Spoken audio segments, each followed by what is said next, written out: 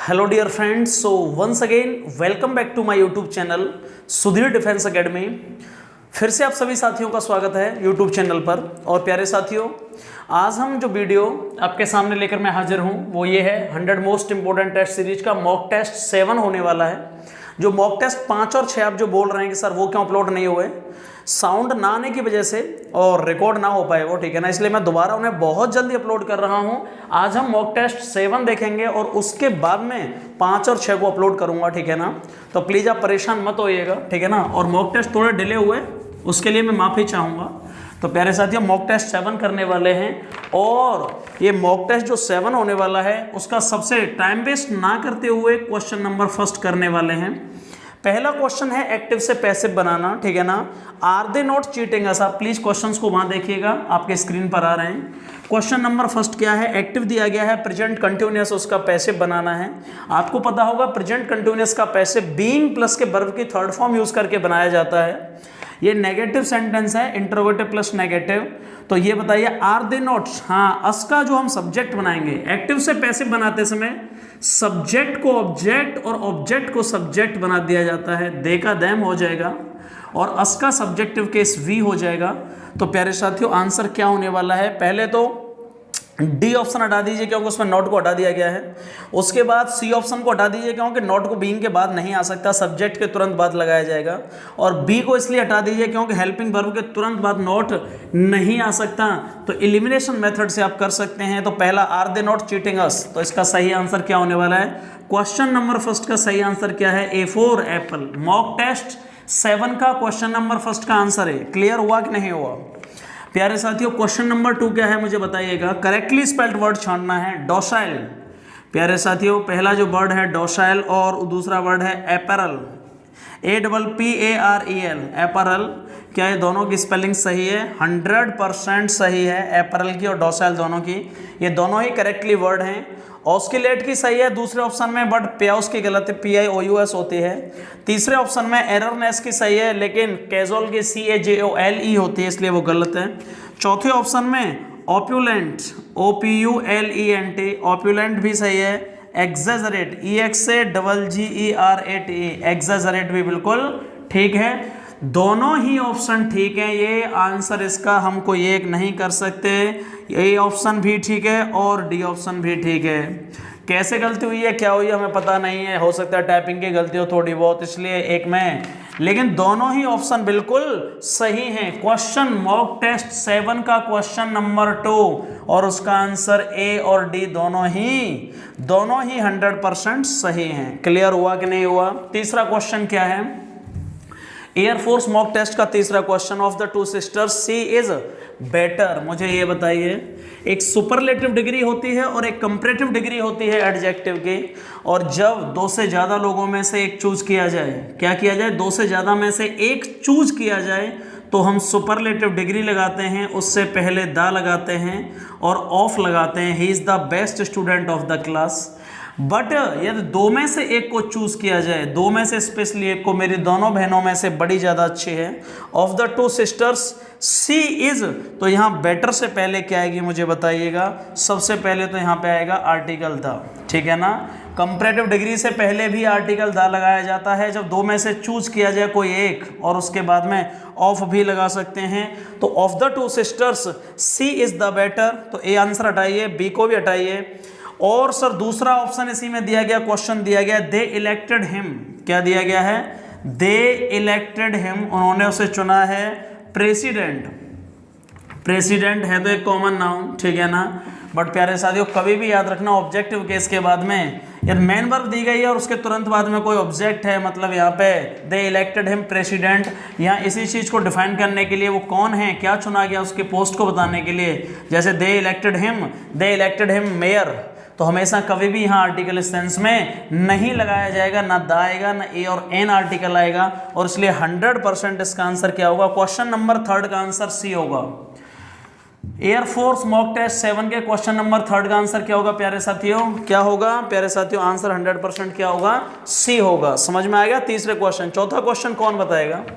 Direct से indirect बनाना है, question number 4, mock test 7 का question number 4। I said to my friend can I borrow your dictionary for one day only.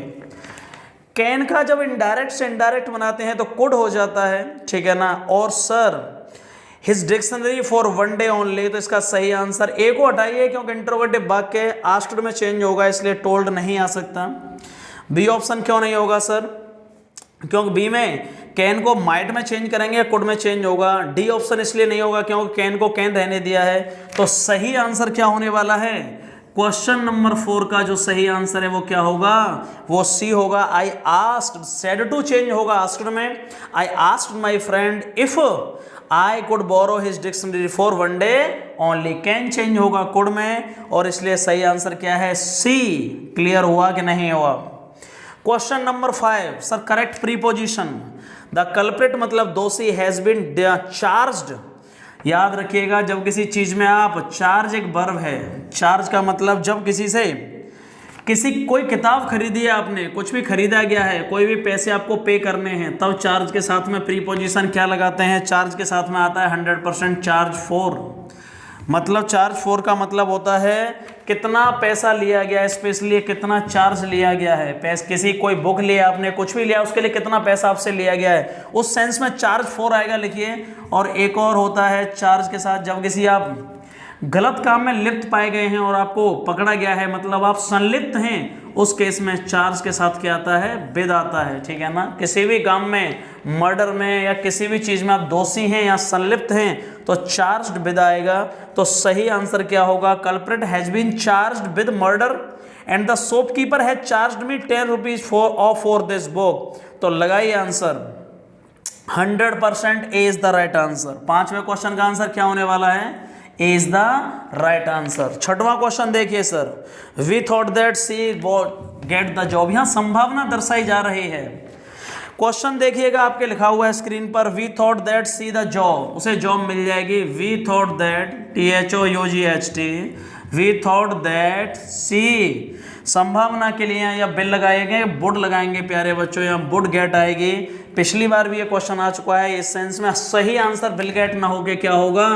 Would plus के verb की first form होगा 100%। Would plus के verb की यहाँ probability को दर्शाया जा रहा है, यहाँ बिल सही नहीं है। पहले को पेपरों में आप देखिएगा, मैंने बताया होगा, वुड प्लस के वर्ब की फर्स्ट फॉर्म आएगी, ये बिल्कुल एकदम सही है। क्वेश्चन नंबर 6 का सही आंसर होने वाला है डी। जब भी संभावना दर्शाई जाएगी तो वहां पे वुड लगाएंगे और वुड के साथ में वर्ब की फर्स्ट फॉर्म यूज करेंगे। Question number 7, question number 7 mock test का क्वेश्चन नंबर 7, कंजंक्शन यूज करना है। सर वो बहुत ही बीमार है, सी इज इल। आप नो उसमें देखिएगा, एग्जाम्पल देखिए प्लीज, नो क्वेश्चन। वो यद्यपि बीमार है बट फिर भी वो खुश रहती है, तो यहाँ पे सही क्या होगा? 2 सेंटेंस दिए गए जिनका एक दूसरे से कॉन्ट्राडिक्टरी एक सेंस निकल रहा है, बट कब यूज करते हैं? जो चीज़ हम पहले सेंटेंस में बोलिए ठीक, उसका ही हम अपोजिट बोलना चाह रहे हैं तो वहाँ बट यूज किया जाता है। बिलीव इन योर मदर, अपनी मदर मतलब अपने आप में विश्वास करो, माँ पर विश्वास करो और अपना काम करो। तो यहाँ पर नॉर्मली अनलेस आएगा, बिकॉज आएगा, अनलेस या फिर एंड आएगा। प्यारे साथियों, नॉर्मली एंड आएगा। 2 अलग अलग सेंटेंसेज हैं जिनका कोई आपस में कॉम्बिनेशन नहीं है, 2 बातें कही गई हैं, मदर पर बिलीव करो और अपना काम करो। तो सर आंसर सही क्या होगा? 7वें क्वेश्चन का सही आंसर होगा A is the right answer. Clear? ये मॉक टेस्ट 7 चल रहा है भाई, 5 और 6 को जल्दी अपलोड करूंगा अभी, ठीक है। 8वां क्वेश्चन क्या है? सर आई एम श्योर, मैं श्योर हूं that neither the house nor it's contents is for sale. बताइए क्या गलती है भाई? Neither the house nor it's content is for sale. तो पहला पार्ट क्या है इसमें? आई एम श्योर दैट, इसमें कोई गलती नहीं है। Telescope was discovered by Galileo, इसका सही आंसर बताइए। The telescope was discovered by Galileo. सही आंसर 8वें का क्या होगा प्यारे साथियों? टेलीस्कोप, ठीक है, वाज डिस्कवर्ड। तो यहाँ डिस्कवर्ड आएगा या इन्वेंटेड आएगा? यहाँ ज़्यादा उसके लिए कोई भी चीज़ की जाती है उसके लिए हम इन्वेंटेड लगाते हैं। तो पहले तो बी पार्ट में गलती है, समझे कि नहीं? ए पार्ट में गलती नहीं है 8वें क्वेश्चन की, आप समझ लीजिए, ठीक है। कुछ लोग ए पार्ट में कह रहे हैं, ए और सी कह रहे हैं, तो वो गलत है। The telescope was discovered by Galileo and I am sure that neither the house nor it's contents is for sale और आर फॉर सेल। यहाँ पे आर आएगी, दूसरे पार्ट में सी में गलती है। तो क्वेश्चन नंबर जो 8वां है उसका सही आंसर क्या होने वाला है?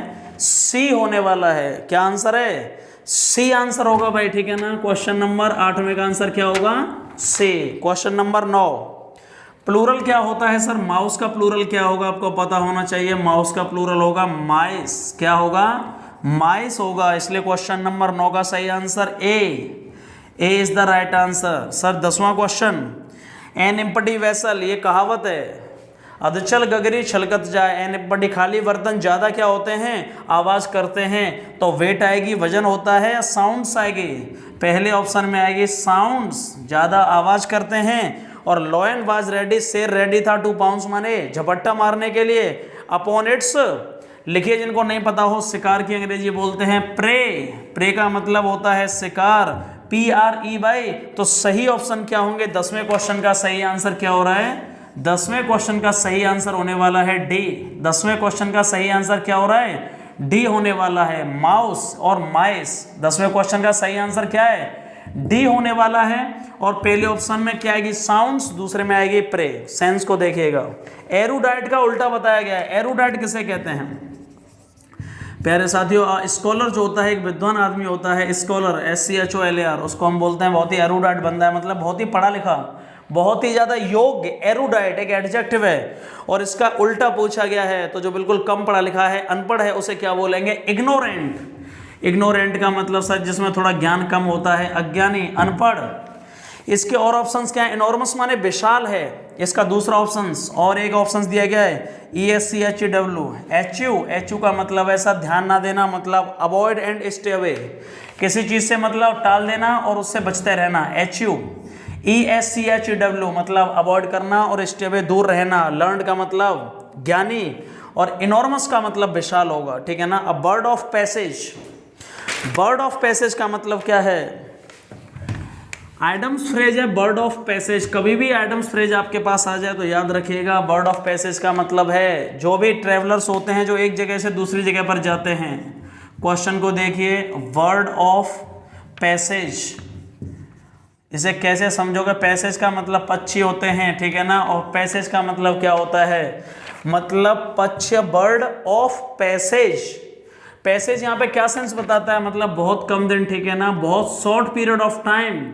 बर्ड्स का मतलब पक्षी के सेंस में इसमें मतलब है कि ऐसे पक्षी नहीं, कोई भी हो जो ट्रेवलिंग कर रहा है लेकिन किसी एक स्थान पर नहीं रुकता, बहुत शॉर्ट पीरियड ऑफ टाइम के लिए रुकता है। Who stage for a short time. तो यहाँ 12वें क्वेश्चन का आंसर क्या होगा? 100% C for cat. Question number 13, act of making things like new again. ये वन वर्ड सब्सटीट्यूशन पूछा गया है। वन वर्ड सब्सटीट्यूशन सर चीजों को नया करना, पुरानी चीजों को फिर से नया करना। Act of making things like new, दोबारा से उनके लिए एक वर्ड होता है, आपने सुना होगा, रिनोवेट करना। रिनोवेट, रिन्यू बोल सकते हैं उसको। एक होता है इनोवेटिव। इनोवेटिव का मतलब होता है जैसे पहले कभी नहीं हुआ है, एकदम आपके बहुत ही इन्वेंट कर रहे हो किसी चीज को, उसे इनोवेट बोलते हैं, ठीक है ना, नया बनाना। लेकिन कोई पुरानी चीज को फिर से नया कर देना, उसे रिनोवेट बोलते हैं। मोटिवेट माने होता है उत्साह बढ़ाना, और एक्टिवेट माने होता है ताकत देना, किसी चीज को स्ट्रेंथ बढ़ाना। 14वां क्वेश्चन, लव। 14वां क्वेश्चन बहुत अच्छा है, लव। और लव का ये बताइएगा, ये पूछा गया, जिन्हें नहीं पता है पहले लिखिए क्वेश्चन नंबर 14। जिन्हें नहीं पता है लव लिखिए। लव एक नाउन है, ध्यान रखना, ठीक है ना। और जब किसी नाउन में ly जुड़ जाता है तो लवली याद रखना एक एडजेक्टिव है। जब किसी नाउन में ly जुड़ा हो, जब किसी नाउन में ly जुड़ा हो तो वो एडजेक्टिव होता है। और जब किसी एडजेक्टिव में ly जुड़ा हो तो वो क्या होता है? एडवर्ब होता है। ये नोट डाउन कर लीजिए भाई, ठीक है। ये लव एक नाउन है, एब्स्ट्रैक्ट नाउन, फीलिंग है, इसमें ly जोड़ेंगे तो लवली इसका एडजेक्टिव होगा। और लविंगली क्या होगा? ये एडवर्ब होगा, ठीक है। लवेबल भी एक एडजेक्टिव है। 15वां क्वेश्चन, स्पोरेडिक। स्पोरेडिक बहुत ही सिंपल वर्ड है, मतलब क्षणिक के लिए बोलते हैं, मतलब बहुत कम समय के लिए। Sporadic, sporadic. स्पोराडिक का मतलब होता है सर स्टराइल नहीं होगा, पहला ऑप्शन है। स्टराइल का मतलब होता है, स्टराइल मतलब बैरन, बंजर। डिंजी मतलब अस्पष्ट या धुंधला या गंदा। और परसिस्टेंट माने होता है लगातार। तो सर ये बताइए, स्पोराडिक का मतलब होता है सर रेगुलरली या इरेगुलरली, कोई चीज कंसिस्टेंटली ना करना। इरेगुलर, कोई भी चीज कंसिस्टेंटली ना करना, उसे हम स्पोरेडिक बोलते हैं। क्षणिक मतलब किसी पल कर लिया, किसी पल कोई काम नहीं किया। तो स्पोरेडिक का मतलब हो गया इरेगुलर, ठीक है ना। इसके और ऑप्शन क्या है? स्टेराइल, स्टेराइल का मतलब क्या होता है सर? बैरन, बंजर भूमि, इनफर्टाइल, जहां कोई उपजता नहीं है। इनफर्टाइल मतलब अनुपयोगी, यूजलेस। डिंजी मतलब गंदा, नॉट क्लियर, वैग्यू, ठीक है ना। परसिस्टेंट मतलब लगातार। और सर नीचे दिए गए शब्दों में से कौन सी एडवर्ब है? एडवर्ब छांटनी है। मंथली एक एडवर्ब नहीं है, क्योंकि मंथ एक एडजेक्टिव नाउन है और नाउन में एलवाई जोड़ते हैं तो ये एक एडजेक्टिव है। कवार्डली, कवार्ड एक नाउन है, इसमें एलवाई जुड़ा, ये भी एक एडजेक्टिव है। वीकली, वीक एक नाउन है, इसमें एलवाई जुड़ा, ये भी एक एडजेक्टिव है। लेकिन ब्रेव, जिन्हें नहीं पता हो लिखो, ब्रेव एक एडजेक्टिव है। और जब किसी एडजेक्टिव में एलवाई जोड़ा जाएगा तो प्यारे साथियों वो हो जाएगी एडवर्ब। और यही क्या है? एक एडवर्ब है। सही आंसर है 15 का आंसर पता चल गया। 15 का सी और 16 का आंसर क्या होने वाला है? D for dog, 100%। अब हम बात करेंगे पैसेज की। पैसेज किसके ऊपर है? एक बच्ची के ऊपर है। एक बच्ची लेके आती है, came to riders lighthouse. एक बंदे का लाइट हाउस होता है जो जंगल में रह रहा होता है, जिसका अपना स्टूडियो होता है, वो झोंपड़ी बना के रहता है। एक लड़की उसके पास आती है और उसके हाथ में क्या होता है? बहुत डरी हुई होती है, slender and something. She was desperately afraid of the ugly man. वो उन लोगों से भी डर जाती है जो झोंपड़ी में रहता है। वो उसके पास जैसे तैसे आ पाती है और बहुत ही ज़्यादा this man would real injured things, मतलब ये सुना होता है उसने कि शायद ये चीज़ सही कर देगा। उसके हाथ में एक पक्षी होता है जो बहुत घायल अवस्था में होता है, ठीक है ना। वो उस पक्षी को लेके आती है, अपने यहाँ पे कंधे पर बैठा के लाती है। उसे लगता है कि किसी हंटर ने, शिकारी ने मारा है। तो वो उस बुढ़े आदमी से कहती है जो जंगल में होता है कि प्लीज़ आपके पास क्या कोई ऐसा आइडिया कि आप इसे सही कर पाओगे? ये बहुत दिक्कत से गुजर रहा है, इसे किसी ने शिकार करने की कोशिश करी है। वो कहता है बेटी आप डरो मत, आप अंदर आओ और मैं ये देखता हूँ कैसे हैं। और ये कहानी पूरी इसी के ऊपर चल रही है, ठीक है ना। तो सबसे पहला क्वेश्चन क्या है?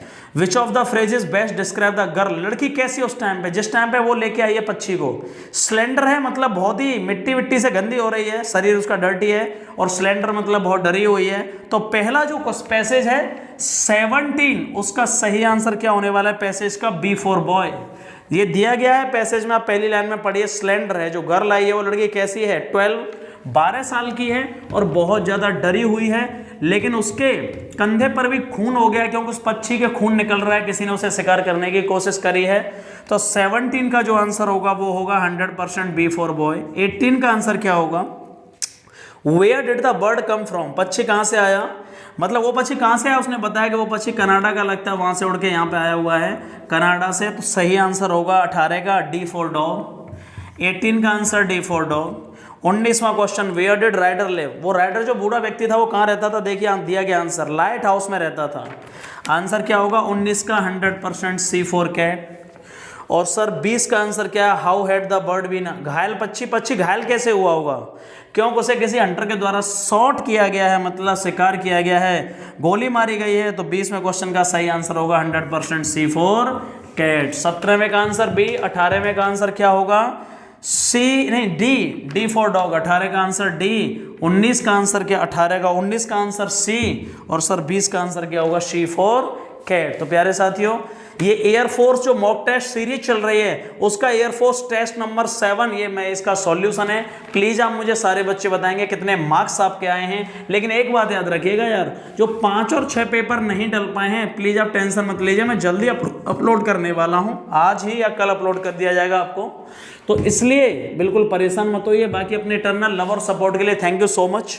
मैं अभी डिजिटल बोर्ड पर हम लोग नहीं है, इसलिए प्लीज आप सपोर्ट करते रहिएगा। मैं बहुत जल्दी डिजिटल बोर्ड पर आकर और ये जो पेपर है वो सिस्टमेटिकली और बेहतर तरीके से कराऊंगा। इसलिए यहाँ पे आप सभी को प्यार और थैंक यू, शुक्रिया, बाय बाय, टाटा। सर मेरा सिलेक्शन सिर्फ आपकी वजह से हुआ है।